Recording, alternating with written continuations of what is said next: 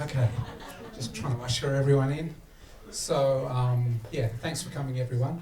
And it's a really funny phenomenon where some people purchase tickets and then they don't show, but it means that some of you last-minute replacements have got to get a seat and see the film.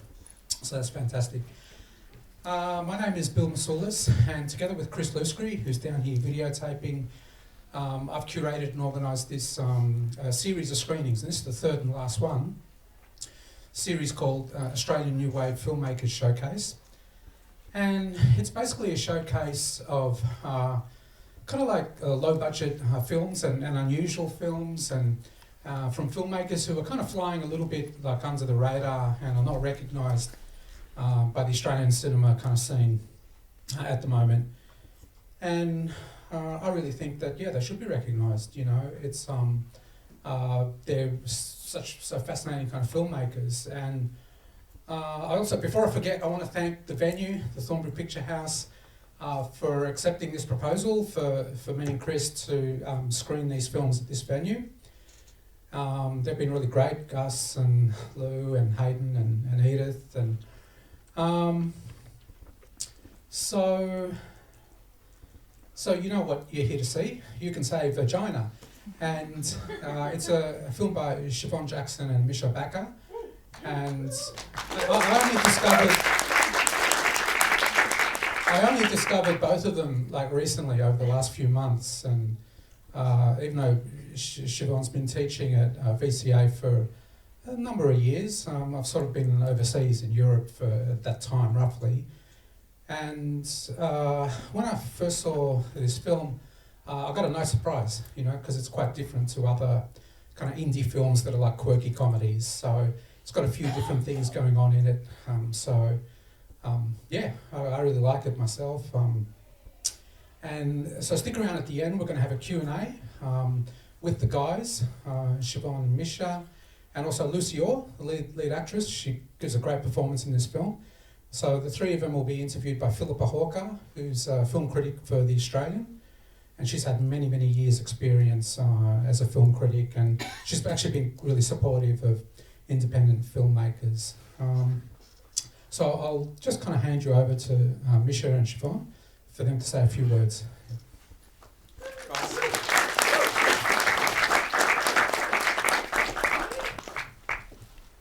Woo-hoo! Thank you all. Thank you all for coming to watch this film, and that's all. Thank you. I also want to thank Bill and Chris very much for being so unbelievably supportive and sorting all of the screening out, and for all three films over the last 3 weeks. It's been really, really fantastic. So enormously appreciated. And I'm not going to say too much more because hopefully the film will say a bit of that stuff for me, and also we will talk to you at the Q&A afterwards. We hope you stay. And also thank you, Mischa, and thank you, Lucy, for being here tonight. Yeah. So really Cool. enormously appreciated. Thanks, guys. We do love reviews of our film, so if you want to get onto IMDb after this, you can even write really horrible, like outrageous things. That would be like really exciting. Or really lovely things too. You know, so inclined. Yeah.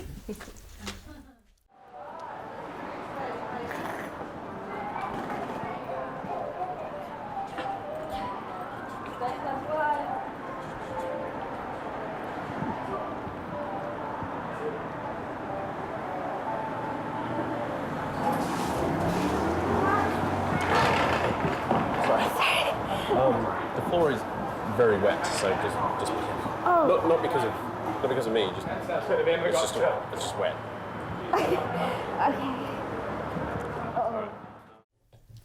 Oh, look, thanks so much, Bill and Chris, for organising this. It's been wonderful, and I hope you'll continue to do it. And it's lovely to end this particular season with this film, which I really enjoyed so much.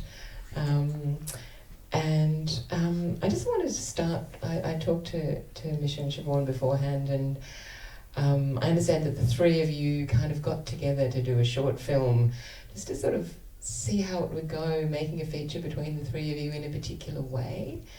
I was wondering if you could talk perhaps separately about how that worked, what it was you were looking for, and what carried you through to the feature? Big general question. Yeah. What did you start with? What was the film about? Probably, well, Siobhan and I would spend a lot of time just sitting around talking about films and, you know, like analysing everyone else's work and Praising it. and bitching about it. And at some point we thought, oh geez, maybe we should actually go and do something. So I think it came out of that, and that idea that we just have to do something, like, and not worry about whether or not it's good or bad, or and how it's going to be received. Just and how did Lucy become involved? I mean, you wanted to work with her. I met Lucy in some auditions, and she made an impression, and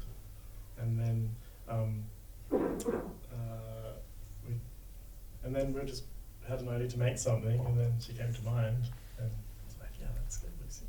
Yeah, and we also, when we decided to make the short, we sort of decided to make it a little bit around Lucy, because we knew that Lucy would be willing, and she was just delightful to work with, or we hoped she would be. We didn't know, it turned out she was. And so the idea of the short film was kind of in some ways, you know, revolved around the idea of working with Lucy, and also Mischa and I testing out whether or not we could stand working together, which turned out to be really lovely, and we did, and then moved on from there. But Was Lucy, just for you, what was working on the feature and creating this character, or we'll call Ruby, was that very different from anything that you've done before as an actor, or since? Yeah, it's pretty unique compared to a lot of the other things I've worked on. The acting school I went to did a lot of character-based improvisations, so that was kind of cool, and I kind of got to nerd out over the fact that I just got to do a bunch of that sort of stuff, but in you know, a film, which was pretty cool. Yeah. Because with this, one of the things I really like about it, it's got this very sort of, there's some parts of it that feel really carefully composed and carefully thought out and quite structured, and other things where you think, I have no idea what's going to happen next. And that carries way through to the film itself in a certain way. And I know, talking to you two, Siobhan and Mischa, about it, it was a bit hard to kind of, it wasn't a conventional way of making a film. I mean, you didn't write, you know, you don't have a screenplay that you can sort of, you know, turn into a PDF and, you know, flog this.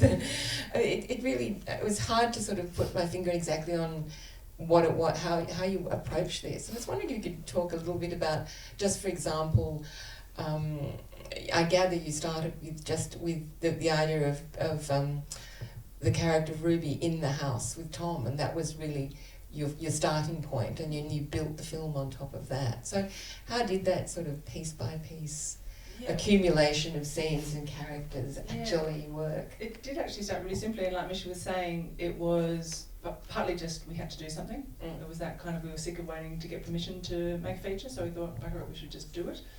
What have we got? And we had Lucy, who was, you know, a huge part of that.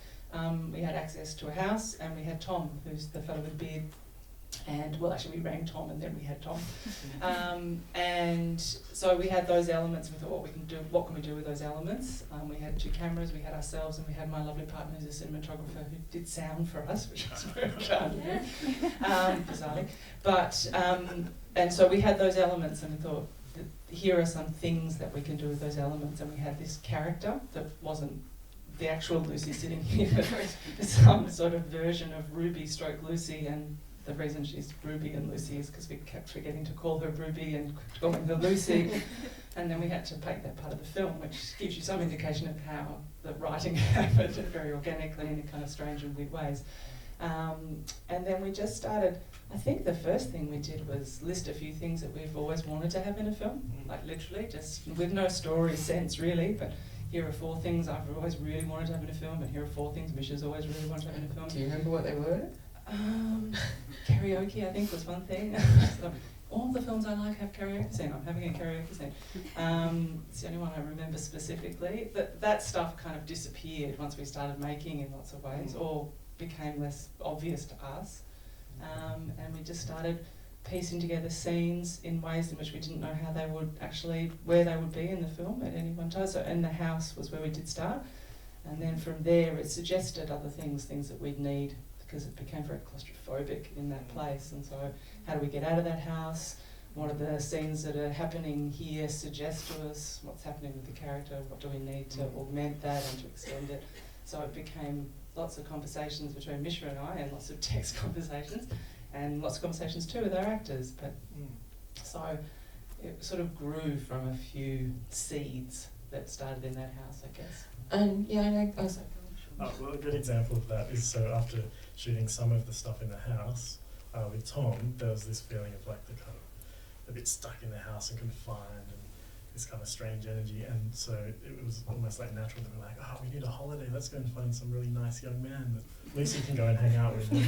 And so it was like kind of a counterpoint to that moment. And I feel like that often happened. We'd kind of create something and be like, oh, how do we go and find another point to kind of offset that or play with that energy in that scene. We suddenly realised that they had assimilated and they were part of our family, but we didn't realise that until we were faced by a new wave of immigration. So yeah, it's funny watching now that I'm a bit older, seeing how these steps have happened and having the perspective of how our attitudes have changed. Have they changed much now? Oh, huge. Lucy, can I just ask you about Ruby? I mean, she goes through, various changes. There's a kind of innocence about her. Was it difficult to find the tone for her from one scene to another? Did you try? I mean, did you as a group try different versions of scenes or things like that, or did you kind of really let them play out until you could see where they took you? What can you talk a little bit about what that process was like for you? Well, it was really cool because we used there were really long takes. So if there wasn't the pressure to find the exact nugget of the character in every single moment, it was kind of having Mischa and Siobhan tailor these situations for those sort of qualities to come out, and a lot of it was kind of like there was an initial treatment with the script of this sort of interior Tom, my character, kind of balance thing, and so it was kind of the initial sort of stuff came out of the polarity in that dynamic, and then it was kind of a good anchor to come back to, I guess, with the different things. But then I guess with the different relationships, different qualities come out, and I think that's about it. Yeah. Were the places you chose to do things, like I mean, just obviously you were talking before about it could get a bit claustrophobic, and so presumably that's why you sometimes. And obviously you had the meeting at the beginning, which happened outside, and you have the phone call with the mother outside, and then the car at the end. What made you choose certain locations for certain types of scenes? I don't have a crack at that one. Some of it was entirely practical. It was just literally what we had that was available to us, and then we looked at what was available and see what qualities that held, whatever it was that was available. Like the striptease thing at the end is my parents' house, for instance. The recording studio is at VCA where I work. The house is vaguely attached to the university, so there were all of these things that were available to us, and they started to suggest things. So I think Mischa, it'd be safe to say that Mischa and I quite like to work you see a thing and then you respond to the thing, either the performance or the location or the circumstance, and that would suggest story ideas to both us and our characters and the film. And so what was available started to be the thing that started to drive the possibilities of what we could make from it. What if I was calling you? Pardon? What if you were calling me? Yeah. It wouldn't be very nice, would it? No, it wouldn't be very I don't come nice. down here very often at all. So I've been sitting in this hotel, waiting, wasting my money that I don't have. You didn't need to come down, Mum. Why? It's okay. Well, why come down Yeah, but anyway? I need you to come back with me. I need your help. So of course I need to come down because you don't return my calls any other way, do you? Did you find it easy to share those tasks? I mean, you're being both cinematographers, you had a camera each, writing, direct. I mean, is there did you share those things in a way that you can't really remember who did what, or there are certain things that are very clearly yours and it sounds like we're senile, I can't remember. It's 2 years ago, isn't it? Well, I think what I love about, maybe I'm interpreting the idea of sharing the wrong way in this question, but what was great was that, when you're working with someone and you have an idea, there's immediately someone there to kind of pitch it to and see how they respond and see how they feel about it. And that was what was so fun about making this film, because Siobhan would come to me, or I'd go to her and be like, oh, what about if we did this? And sometimes it'd be like, oh, that doesn't make any sense, like, what are you thinking? And sometimes they were the things that we would then do because of that very thing that made no sense. Yeah, that was kind of fun too. It'd be like, I don't get it, but go and do it and see what happens. And then, or sometimes I'll bring problems to each other too. Be like, I really want this, but I've got no idea how it would make sense. And it became something that you could bounce off each Yeah, other. you can just kind of bring your problems to the other person and get them to solve them. Well, that's true. But the other thing that I really loved about it, one is that Mischa and I get on really well, but the other thing was that it makes you kind of a bit braver, I think, too, which was exciting, because you had someone to kind of protect you a little bit. You weren't just hanging out there all on your own. Someone to blame. Yeah, that's right. So the rubbish bits are all Mischa's. But that was actually really freeing. I found it really exciting. And also there was someone else to share their sort of disasters with, so they didn't feel so lonely and awful. Because there were some, many. But so that was actually a really lovely thing about collaborating, and also collaborating so closely with the actors too, because it was all part of a kind of a big wash of stuff that was happening all together. So you felt like it was okay to screw it up, and it was okay to then find your way out of that as a group, and that was actually really lovely. Yeah, and also like if I was doing it alone, it might have been a bit creepy with some of those scenes, but and we're both creepy, but at least it's, we can share the creepy. Yeah, exactly. But I mean, there certainly are some kind of sort of uncomfortable moments in the film that you don't know where you're going to go with that. I don't know if people have read Adrian Martin's review, but he has a description of himself watching the film, sort of starting to hunch up and feel tense. And I suspect there were people here tonight who had that same sort of, visceral or physical response to certain scenes and things, because people, either it's what you fear might happen or what you get blindsided by a little bit. Little Barrel Brown cheese nuts on Friday night, which will give you the first elements of the periodic table. High Harry, which is hydrogen helium. Little Barrel Brown, lithium, beryllium, boron. Choose nuts on Friday night is carbon, nitrogen, oxygen, fluorine, and neon. Then NamGal, which is the symbols for sodium, magnesium, and aluminium. Sips chlorine ardently, so silicon, phosphorus, sulfur, argon comes next, which are pretty good. Then potassium and sulfur. Yeah.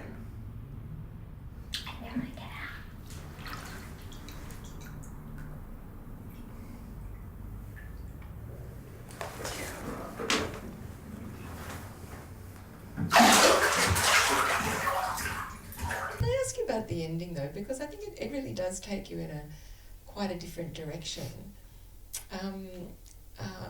Did you have, it wasn't necessarily the ending that you had in mind as an ending, is that right? And can you talk a bit about writing it or just what you envisaged it being?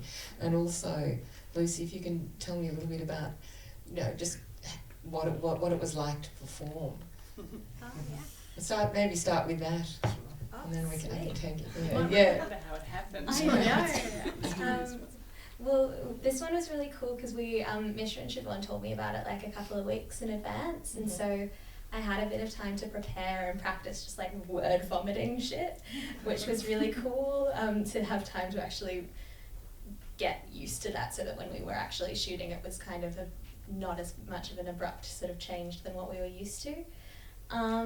I mean, it was really just birthed out of like Mischa and Siobhan like told me the idea about the sort of excellent humans that we aspire to be, and I think like I feel like that's a pretty universal feeling, and it was really beautiful to like go around and talk to people from my own life and get sort of lines and things from them. Oh, great. I had no idea. Oh, really? Awesome.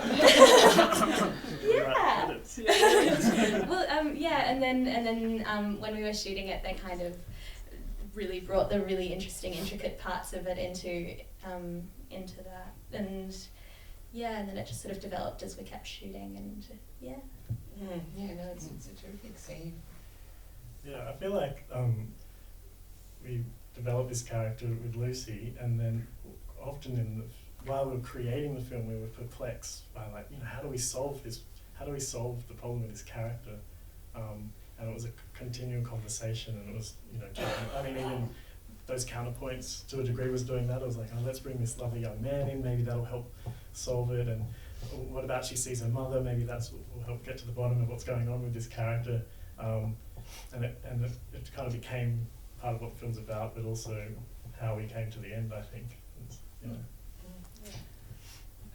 And also I think there was a point where we wanted Lucy to say something concrete, you know, to actually take some sort of responsibility, or just face what it is that she'd just been through and actually say some stuff out loud rather than avoiding things, which seemed to be what was going on for most of the time. And like Mischa said, it was helping us work out the riddle of Lucy, as it were. Yeah.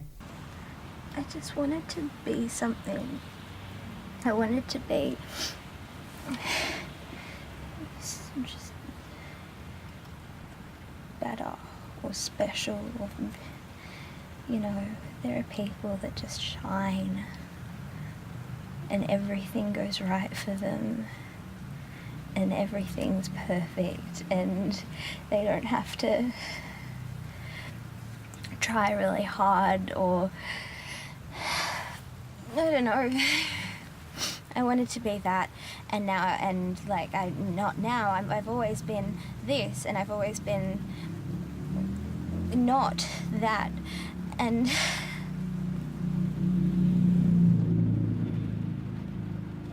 just, what's the point if you can't be special? I just want to say I really enjoyed the film. Thought it was really funny at times, and that last scene in the car, Lucy, got a little tear out of me as well. So I think it was the best of both worlds. But I just want to ask a question regarding the title of the film, as trivial as it is. Did you get any trouble in, I guess, putting the film out there and sort of like trying to propose it to people, or get a bit of traction in the film when you, with the word vagina in it? Did that ever come up to you? Because I know I explained it to my grandfather, and he almost refused to say that word. And I was just like, he did. Like, it was perfect irony, I guess. Did anyone have trouble saying vagina? Yeah, exactly. Yes. And the clickbait option of having vagina in the title doesn't seem to have worked for us. It was a disappointment on our it hasn't screened very much. There was actually quite a funny incident, but we put posters up at the VCA when we had a cast and crew screening around the school, and there was a complaint. There was a complaint. And we were pretty excited by it. It was one of the most exciting things that happened to the whole film. We had a complaint. But someone anonymously did ask my boss at the time to have the posters taken down. Anyway, she very sensibly said, no, I think we'll just leave them where they are, thank you very much. But, so, yeah, it has had weird things, some very positive stuff, and some kind of hilarious negativity. Yeah, it's so ironic.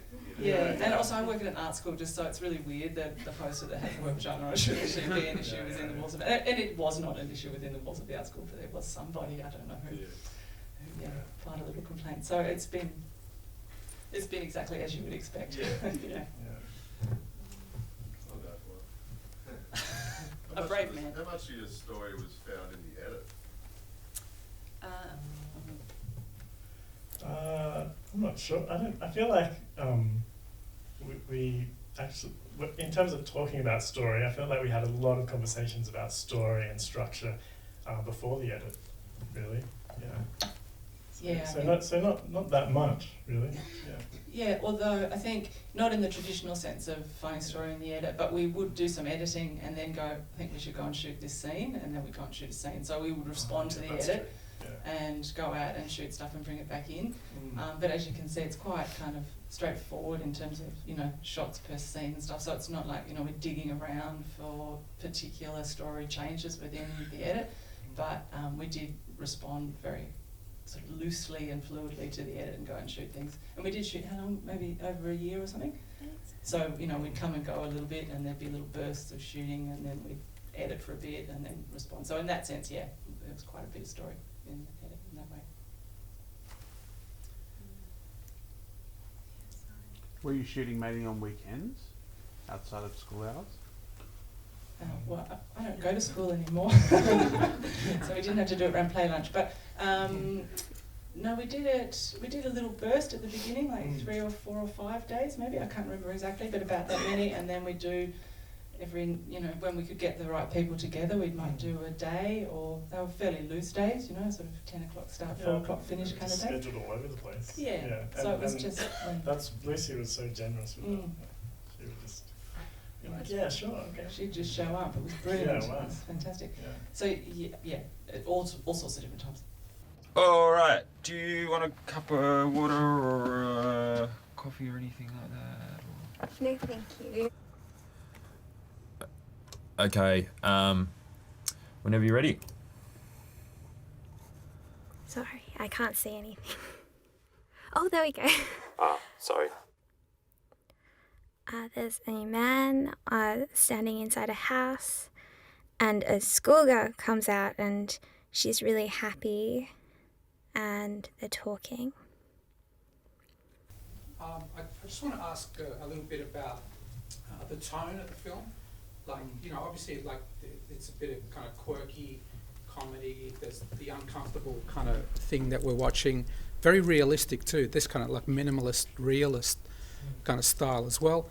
I mean, it's quite an unusual tone, you know, very understated, and you know, it's in between a few different things. Did you guys really have that in mind when you started, or it kind of came a little bit as you were doing it? I'd like to say we were completely in control of the tone for the entire shoot, and pre and post. No, to be honest, I don't think we discussed the tone. I mean, I think we have a mutual understanding of what we like. I'd say we did discuss it, but only like over so many years. Yeah, and knowing each other and like knowing what films we like and talking about what we love and what we don't. And where things that we love hide, if you know what I mean, within stories. But I don't think. I didn't think about it. And knowing each other's work before we made this film as well, so we kind of know what we're bringing to it in terms of our previous films. Yeah. But I don't think it was an out talk, if you know what I mean. Yeah, it wasn't. What are the main influences? Like Adrian Martin, like mentioned Hal Hartley, and a couple of people like that. Roy Anderson, I think. I would probably go Mike Lee and Michael Haneke. Oh, I concur. See, Haneke's probably a bit cold for me, and Mike Lee's got that warmth and. And I don't think I don't think we knew. Well, I don't think we still know. I don't know how comic or how funny or how odd it is. It's quite hard to tell when it belongs to yourself, if you know what I mean. If it's come from, it's very hard to gauge. So I think that stuff. But I guess we cultivated a bit of that tone in how we prepare. You know, like Lucy was saying, like long takes and things, and that kind of. I think that gets a bit of the vibe. But when you were saying before about curling up and feeling awkward, I mean, it's twice as curling up if you feel vaguely responsible for having created that story. Oh, God. But so that feeling, I think, is quite mutual between us, and we kind of get it somehow without talking about it. Yeah, so we don't have to talk. Well, I feel like we don't have to. We just kind of know.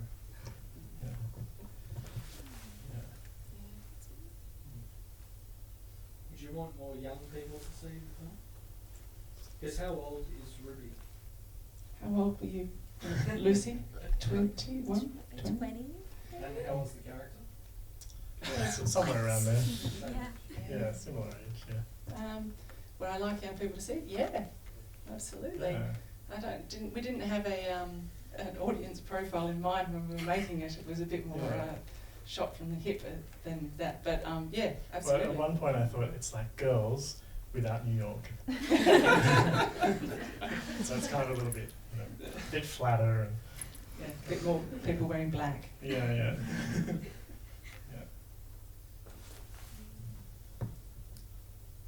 And you've made another film since, haven't you? Yeah, we have. Yeah. So it's still on the hard drive. with young people. Yes. Yeah, younger people. Yeah, a whole group of teenagers. Could you tantalise us with what's to come? Yes. If only we knew what it was going to be like, Philippa, but not a bit like the last process, it's all a little bit unknown. Well, not quite. I mean, we've shot it, so there's that aspect. It shows you how kind of strange our process might be from the outside, because we're not really sure what sort of film we've made exactly. But we took all the teenagers up to a scout camp, and we thought we were making a horror film. I'm not sure that we did make a horror film, but we did make a strange film about teenage relationships, I think, in quite confined places and under sort of social and odd kind of identity politics-y kind of pressure. So something in there is what will come out of that hard drive, I think. Some great staff running the camp as well, which they're struggling. So if you felt like curling up and feeling awkward during that film, we've just got more cinema of awkwardness on its way. I guarantee it, with teenagers at the helm. And what about you, Lucy? What have you got coming up? I've just finished up a play, and I think at the moment I'm just going to go back to class and do just regular stuff. Yeah, until the next thing comes around. Yeah. We won't make you do any of those awful things again for a while. I'd love to. How are we going for time? We've got Maybe just one last question or a couple of questions. Yeah. It's a bit hard to see into the light. You'll have just to project and throw your voices and. Cast, Siobhan, can you assure us that no animals were traumatised?